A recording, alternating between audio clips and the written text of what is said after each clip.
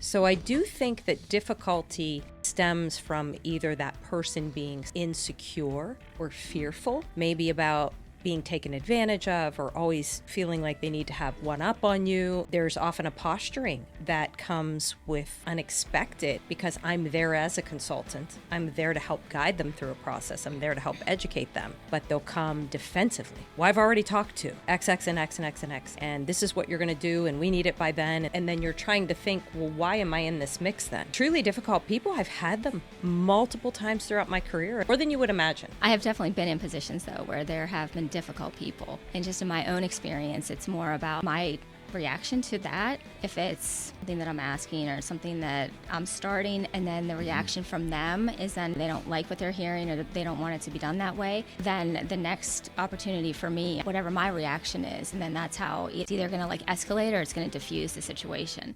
I actually worked as a flight attendant several years ago, and that was one that very fearfully driven, when people would get on the plane and they'd constantly, and you'd ask them to do something, and why do I have to do this? I don't want to do this right now. So it was all about the approach, and it was definitely about then how you spoke to them in that moment. And you knew that they were, either in a stressful situation, traveling with their children, which any of us that have done that is extremely difficult. Piece of cake. Yes. Piece of cake. Right. You can't always diffuse it. Sometimes people they actually want the confrontation and they want to kind of escalate it regardless of how you approach it. Some people just wired for confrontation. It's in their makeup. It's kind of it's an out. Is it an excuse? Or is it, do you really think there's some validity to that? Yes, I do think there are people that are wired for confrontation. I think it's how they portray that is what's interesting to me.